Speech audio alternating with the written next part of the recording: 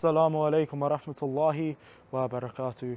Today I wanted to talk about leadership and some of the things that I do that I've sort of realized that work for me when I'm coaching the children that I coach at the multi-sports camp during the holidays and also the after-school reading club that I do.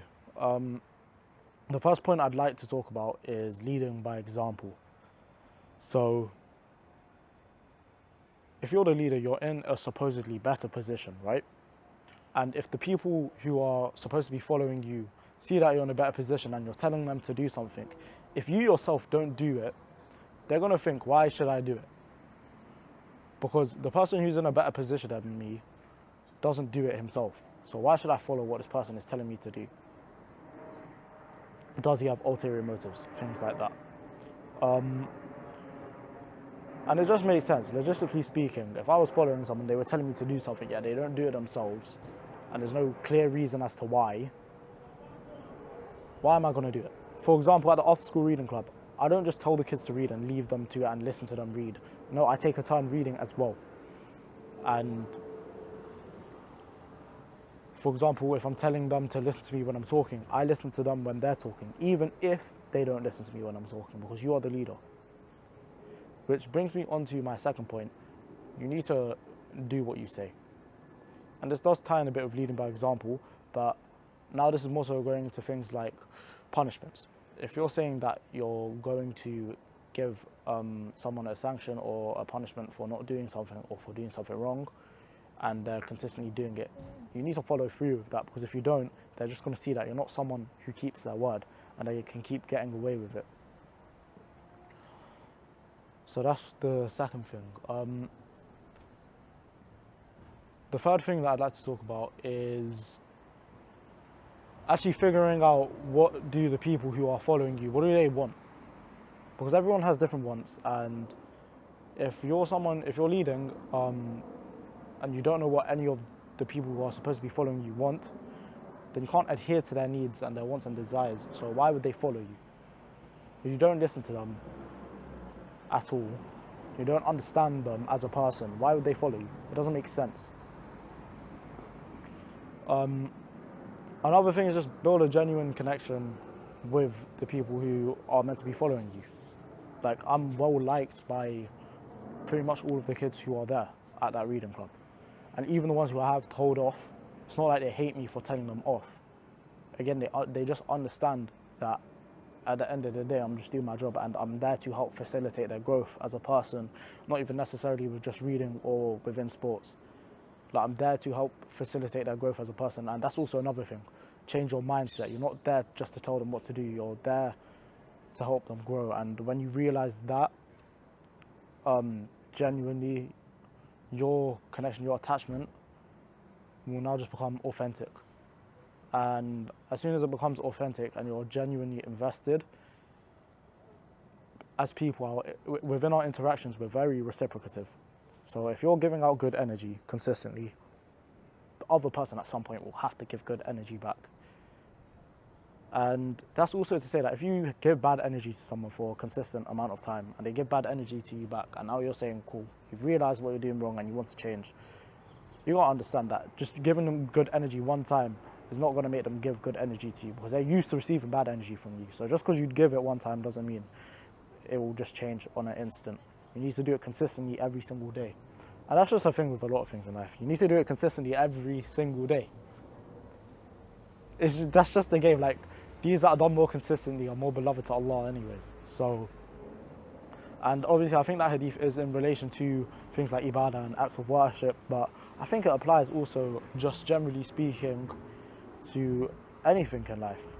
Because you see it all the time. People, even if they're not believers, the people who have gotten very successful at things, they did it consistently every single day. You don't really see someone do something once and now all of a sudden they're at the top of the world in it.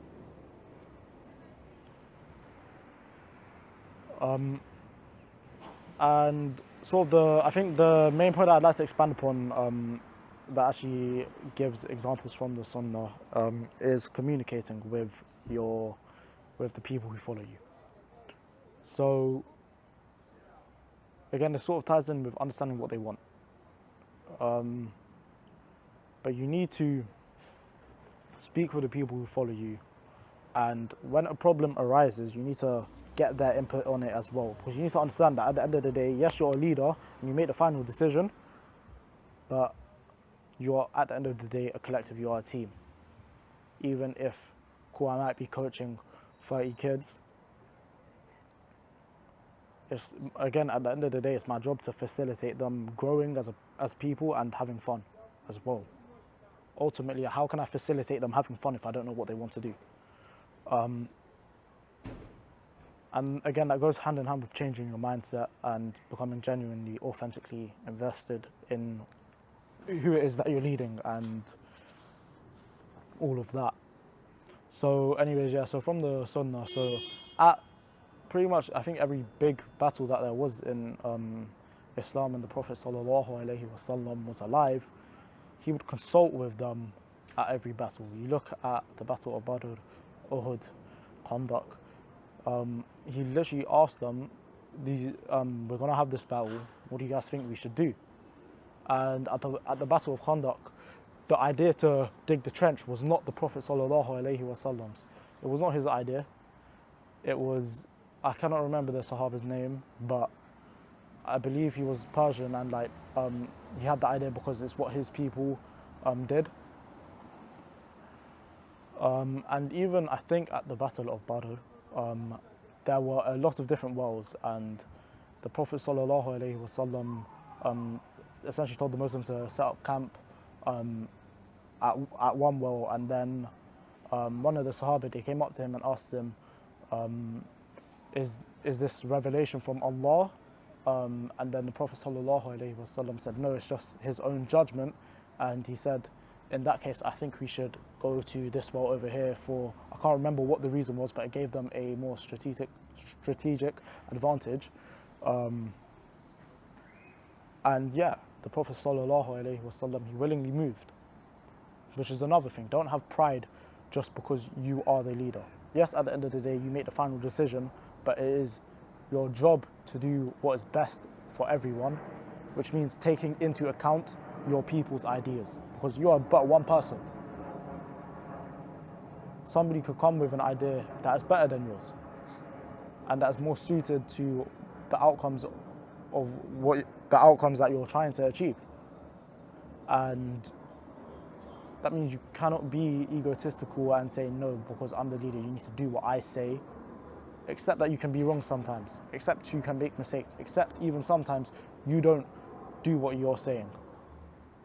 Except even bro, there have been times when I'm coaching and a child is trying to talk to me, and I've talked over them, and you accept that you've done that wrong as soon as possible, and you say, no, I'm sorry, that's my fault, I should not be speaking over you. Go on and keep speaking. Though you cannot have this ego about you that, yes, I'm the leader, you must do what I say. It's not how you lead. That's not even what a leader is meant to do. A leader is not there so you can feel good about yourself. It's so that you can do what is best for the people. And if someone comes to you with a better idea, you should be happy because you have someone who is of your people, who is of the team that you're trying to lead, coming up with this amazing idea. You should be happy about that. Do you understand? Obviously, cool, there are probably quite a few things that I'm missing. I'm only young, but just so far in the experiences that I've had with leadership, these are just some of the things I've picked up on. There's probably more things that I could say if I thought about it for a bit longer, but yeah, I figured I'd just press record and see what happened. And inshallah, we'll add the hadiths that I've mentioned, and yeah, we're going to call it a day. I have further pure tomorrow, so inshallah that goes well. And then decision on Friday, and we're out, man. I'm happy, man. Genuinely, man. Alhamdulillah. I'm so blessed to be in this position, and just a general reminder, man, count your blessings. There's always someone in a worse position than you. Allah has given you what He's given you for a reason. He has planned everything out. He's the best of all planners. So don't ever doubt in that. have patience, keep working, and pray. It